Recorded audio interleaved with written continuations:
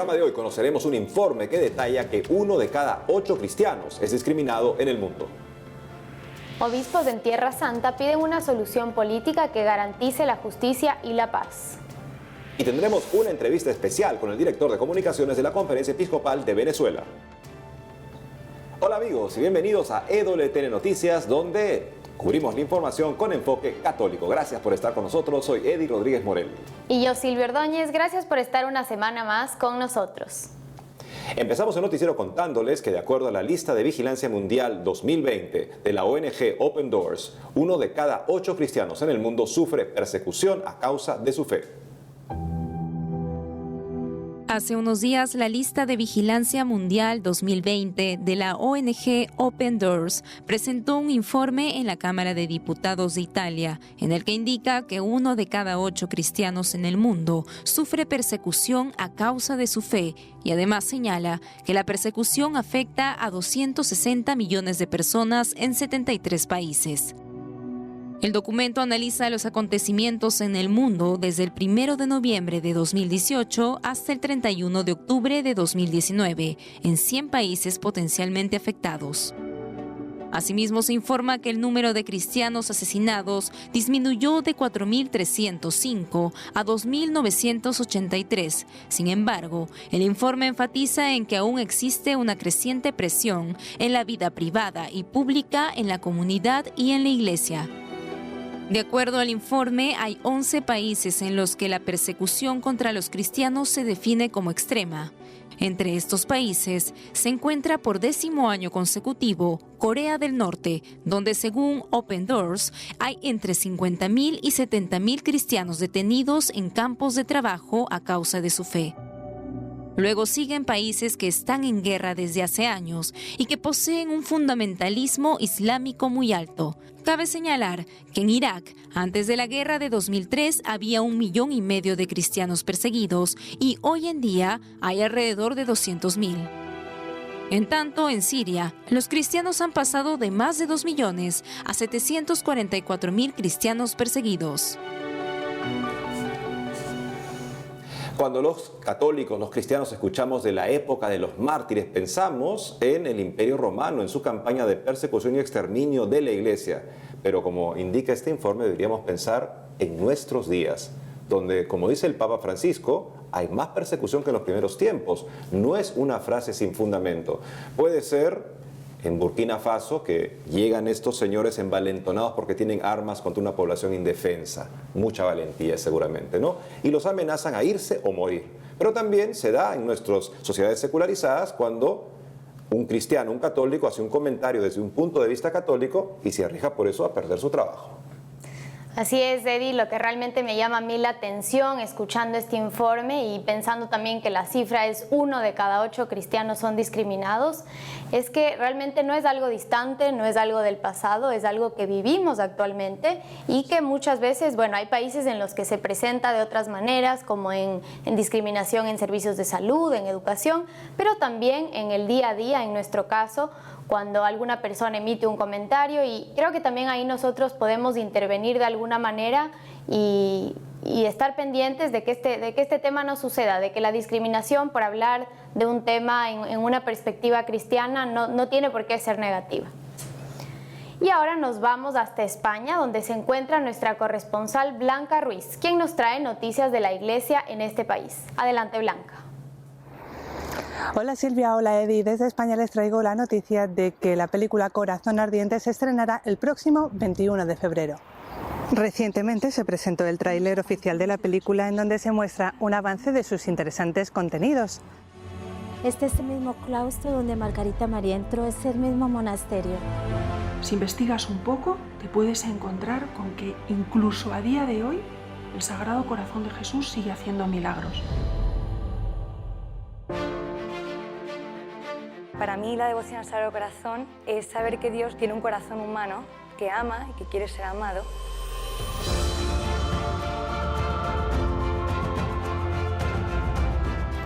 Como saben, Corazón Ardiente narra la historia de Lupe Valdés, una escritora que investiga las apariciones del Sagrado Corazón de Jesús en busca de inspiración para su próxima novela. Guiada por una experta en misterios, irá descubriendo los secretos que deslumbran su imaginación y también descubrirá los secretos que su propio corazón ha afligido por viejas heridas que necesitan ser sanadas. También les cuento que desde el Seminario Menor de la Archidiócesis de Toledo se ha publicado un vídeo en el que intentan ayudar a los padres a reconocer si su hijo tiene vocación a la vida religiosa o al sacerdocio. Sonia Escobar es madre de un seminarista menor que está en cuarto de ESO y da unos consejos para afrontar esta tarea que considera apasionante.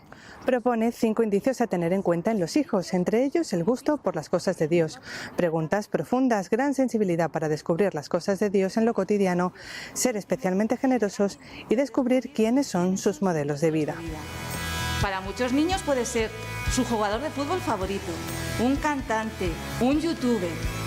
Pero si el modelo de vida de tu hijo es San Tarsicio, el cura de Ars o su mismo párroco, ahí puede haber vocación. Así que como en las buenas pelis de misterio, ponte las pilas y empieza a unir las piezas del puzzle.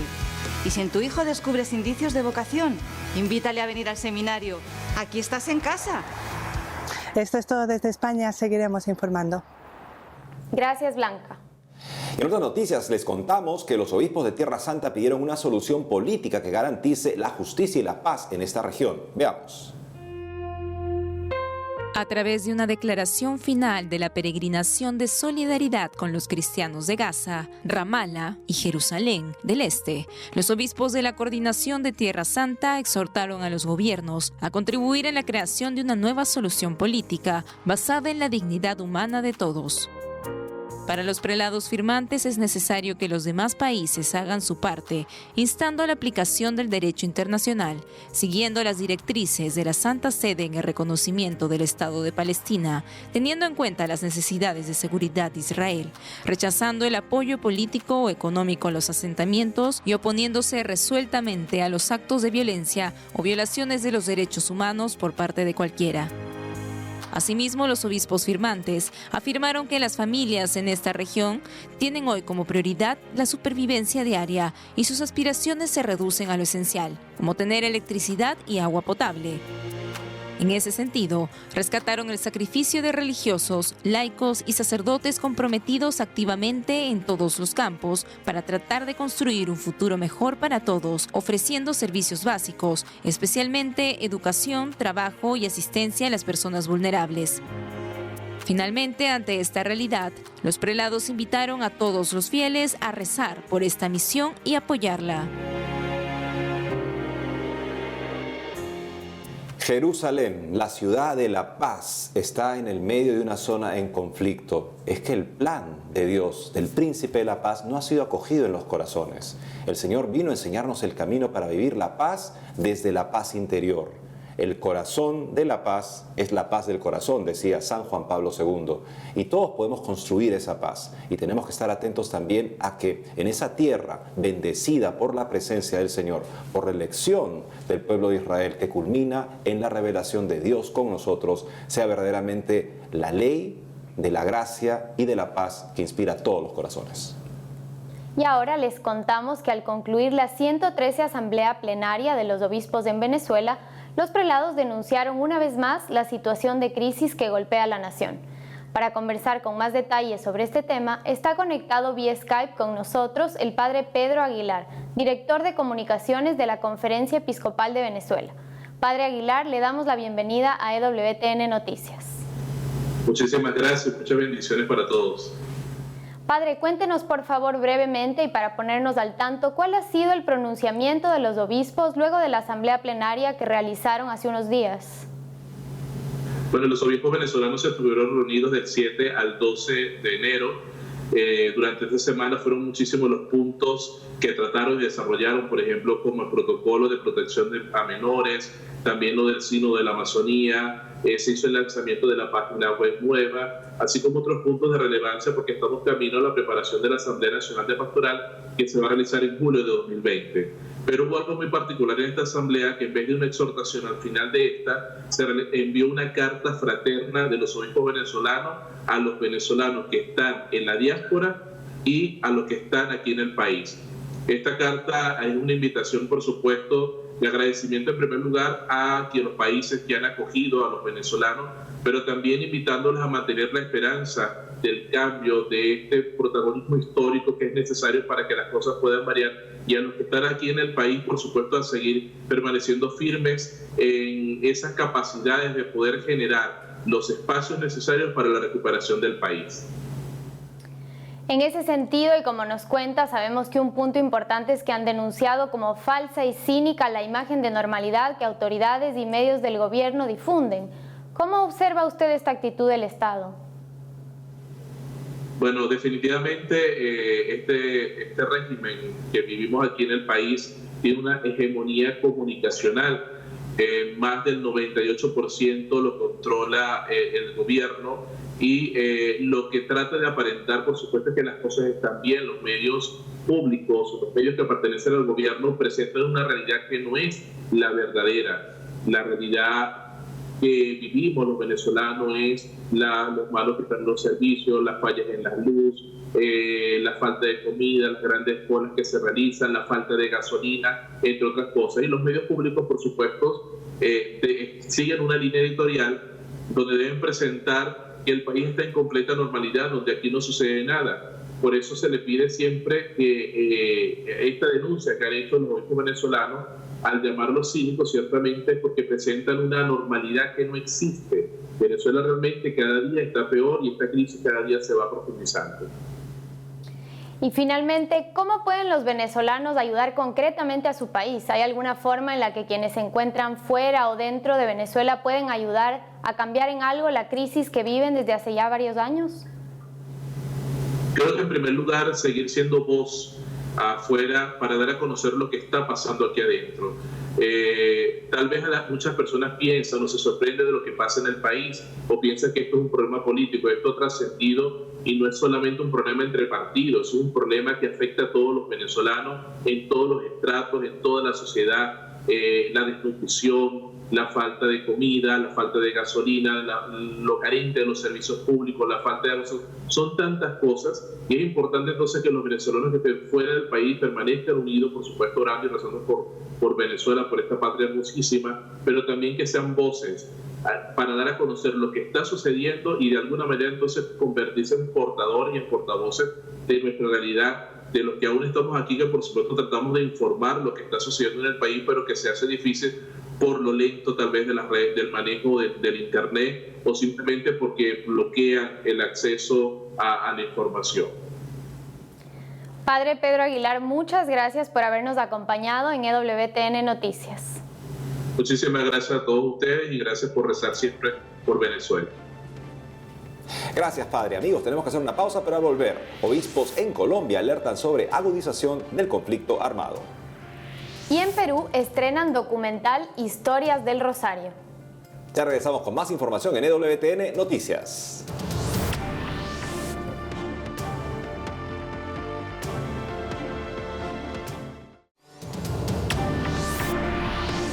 Seguimos con más información y nos vamos hasta Colombia, donde se encuentra nuestra corresponsal Lida Lozada, quien nos trae información de los pronunciamientos de los obispos ante la agudización del conflicto en el país. Adelante, Lida. Silvia, Eddie, un saludo muy especial desde la iglesia La Porciúncula en la ciudad de Bogotá, precisamente el lugar donde comenzó el movimiento franciscano en este sector de la capital colombiana.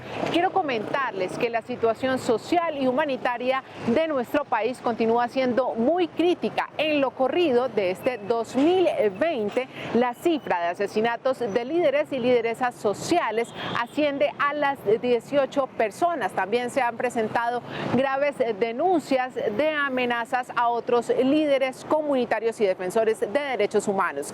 Ante esta situación, a través de 2 comunicados, la Iglesia expresó su preocupación por la agudización del conflicto y pidió una vez más al gobierno nacional establecer condiciones de vida digna y protección para los miembros de estas comunidades.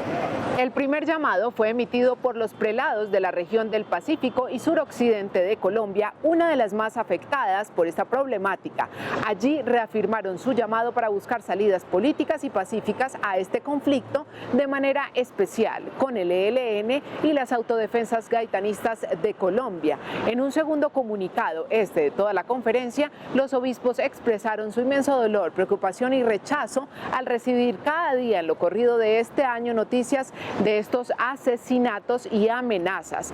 Nos manifestamos solidarios con los sobrevivientes, los familiares y seres queridos de quienes han perdido la vida en esta oleada de violencia y muerte sin sentido, agregaron.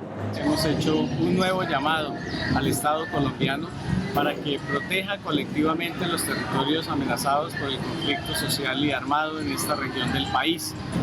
Es necesario que se avance en la solución política y negociada al conflicto social y que haya una respuesta positiva por quienes están alzados en armas o en actividades delictivas, también haciendo el uso de las armas. Igualmente, pedimos que haya una respuesta de tipo social, mejor calidad de vida para todos los habitantes de este territorio.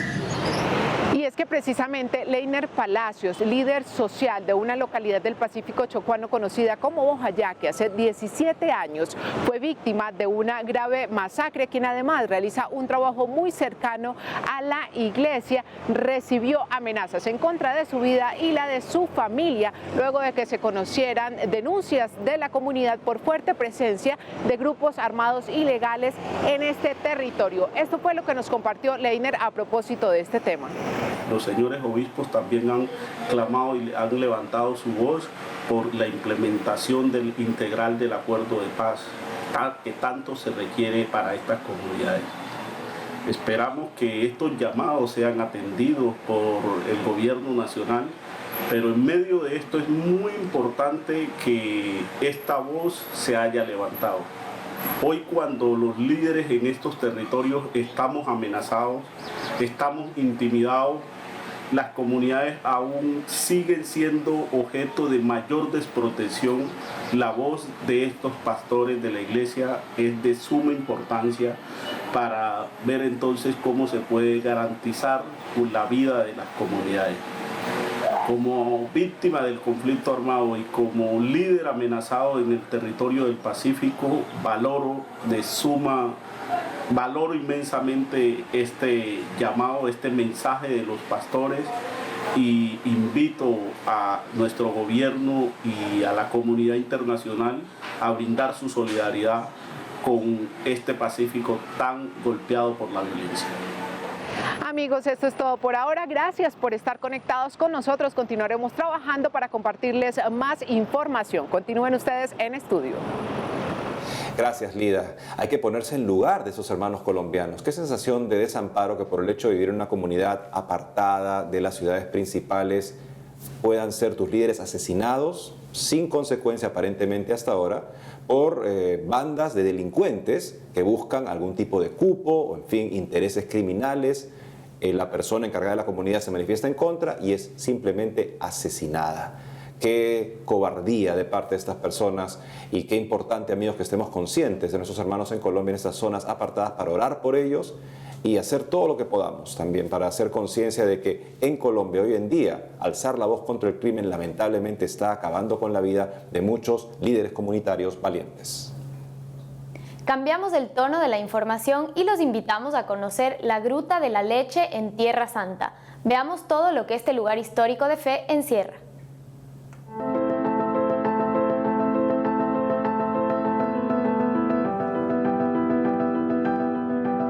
Un lugar lleno de historia es la Gruta de la Leche, situada junto a la Basílica de la Natividad de Belén.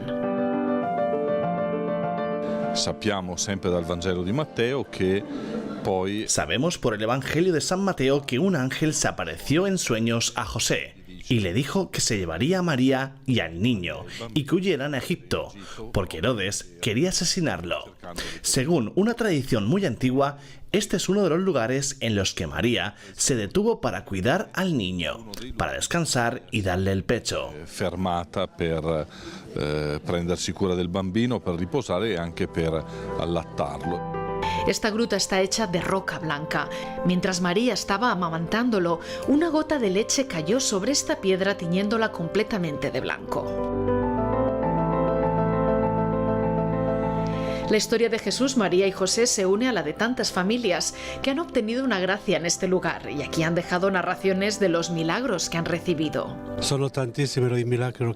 Los milagros son muchísimos. Las personas a veces vienen cuando tienen dificultad para tener hijos. Vienen a rezar a la Virgen, se llevan este polvo y en una sala conservamos numerosísimos testimonios. A día de hoy son unos 6.000 testimonios los que han llegado por correo. Un lugar lleno de historia, explicado a partir de ahora a través de 12 paneles explicativos. Todo ello para que los peregrinos puedan conocer uno de los lugares por los que pasó la Sagrada Familia. La idea es que los peregrinos vengan aquí y puedan leer las fuentes históricas de la gruta. Son sobre todo las fuentes que hemos investigado en la custodia de Tierra Santa. Y son informaciones que podrán sin duda ayudar mucho a los peregrinos que vengan aquí. Cada panel tiene su significado y un objetivo al que se refiere. Partimos del nombre y de la historia de la Iglesia, de las menciones a la Iglesia que se encuentran en los Evangelios apócrifos. Los paneles están en 6 lenguas. La lengua más difundida es el inglés, y además tenemos el italiano, el polaco, el francés y la lengua local, que es el árabe, ya que nos encontramos en Belén y por tanto en tierra de Palestina. Una idea muy bien acogida por este visitante. Es una alegría poder participar en este momento tan especial que es la apertura y la inauguración de esta exposición, que explica un poco de esta historia, de lo que es y de lo que representa la Gruta de la Leche.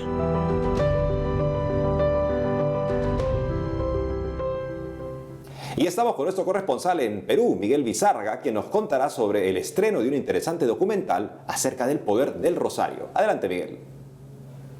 Hola Silvia, Eddie, ¿cómo están? Les mando un fraterno saludo desde Lima, Perú. Y quiero empezar contándoles que ayer se estrenó en el Perú la película documental Historias de Rosario, ahora y en la hora de la muerte, que narra 9 fascinantes historias sobre la acción del rosario en la vida de diferentes personas. El film, distribuido por Goya Producciones y dirigido por Darius Walusiak y Marius Pilis, puede ser apreciado en los cines de la cadena Cinemark. Según el sitio web oficial, esta producción nació cuando los directores vieron la fotografía de Blas Treviño, un soldado estadounidense que fue rescatado en la guerra de Afganistán y que gravemente herido sostenía un rosario en la mano. Desde ese momento decidieron realizar una serie de viajes alrededor del mundo con el deseo de comprobar de primera mano si el rezo del rosario puede cambiar el curso de la historia. Entre las experiencias contadas en el documental se encuentra la del obispo de Maiduguri, en Nigeria, Monseñor Olivier Daché, quien tuvo una visión en la que el rosario acababa con el grupo terrorista Boko Haram, algo que prácticamente terminó ocurriendo en su diócesis. Además, se cuenta el testimonio de 2 mujeres secuestradas por terroristas que lograron escapar gracias al poder del rosario. Y en otras noticias les comento que el arzobispo metropolitano del Cusco recibió 9 lienzos por parte del Ministerio de Cultura.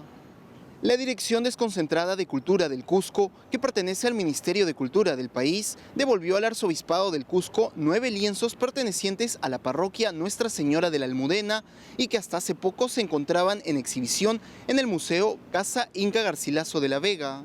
Entre los 9 lienzos que datan del siglo XVI se encuentran representaciones como la Virgen Candelaria, la Adoración de los Reyes Magos, la Adoración de los Pastores y Nuestra Señora de la Soledad de Madrid. Cabe destacar que aún está pendiente la entrega de una imagen escultórica.